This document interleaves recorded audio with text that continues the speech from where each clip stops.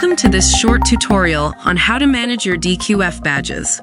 In this video, we'll walk through the key features available for customizing your badge. As a demonstration, we will edit the badge created in the previous tutorial, How to Add a Badge. To manage a badge, if you are not already viewing it, for example if you have just added it and just saved the details, you can do so in two ways. Method 1. Click on the Edit button first from the top next to the badge image located in the dashboard. You will be redirected to the editing page for the specific badge. Please pay attention. If the badge has previously been enabled, it must be disabled in order to edit it.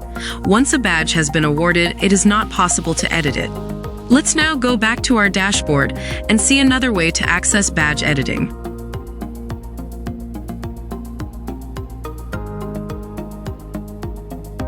Method 2.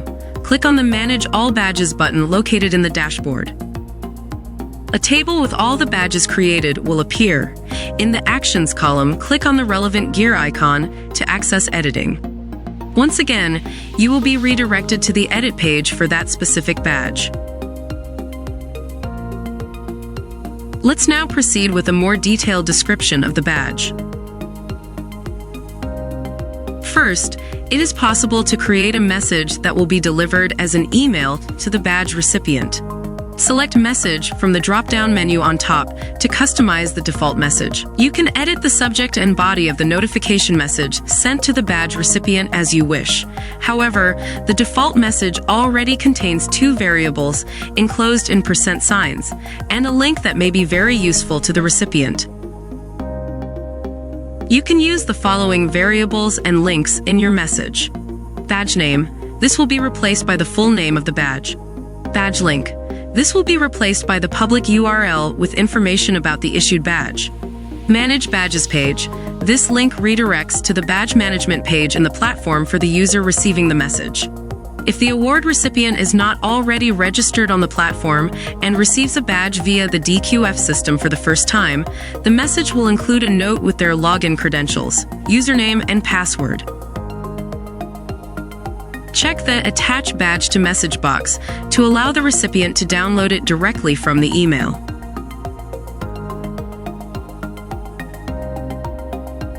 Then, select Notify Badge Creator and select the frequency of the notification to generate an alert every time the badge is earned. Click Save Changes to confirm and apply your customized badge notification settings. Let's now proceed to the other sections to further detail our badge. Again, from the drop-down menu at the top, select Endorsement.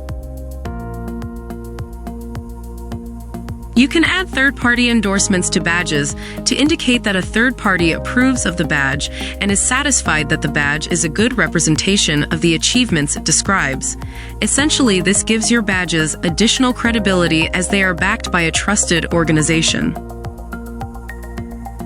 First of all, let's insert the name of the third party providing the endorsement.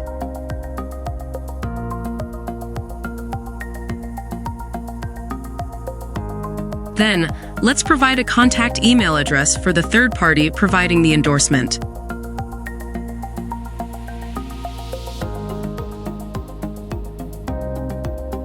In the Issuer URL field, type the organization's website address or social media profile. The URL or URI provided must be accessible via HTTP. Open the date picker to set the date the endorsement was provided.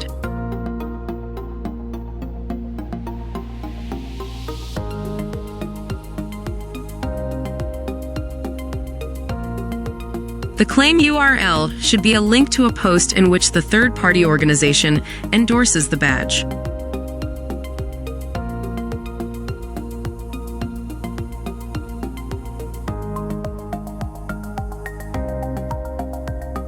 This field can be used to add an additional comment from the third party about the badge.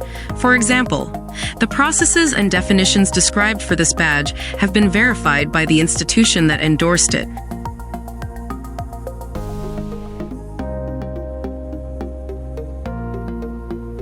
Click Save Changes to confirm and apply your edits to the badge endorsement section. Let's now move on to customizing the alignment section.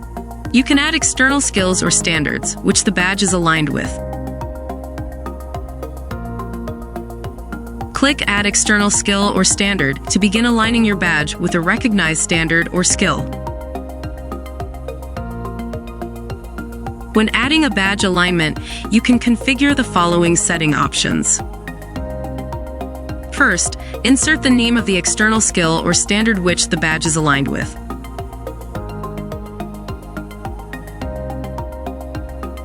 Then, provide a valid URL pointing to the official description or source of the external skill or standard.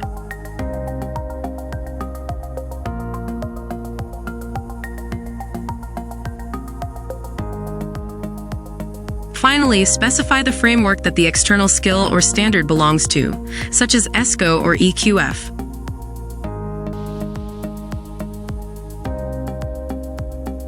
You have two more optional fields to describe the alignment. Code, a unique string identifier for referencing the external skill or standard within its framework.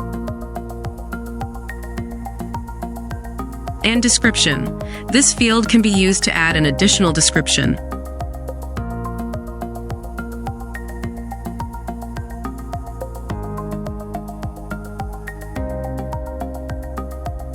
Select Save Changes to confirm and update your badge alignment.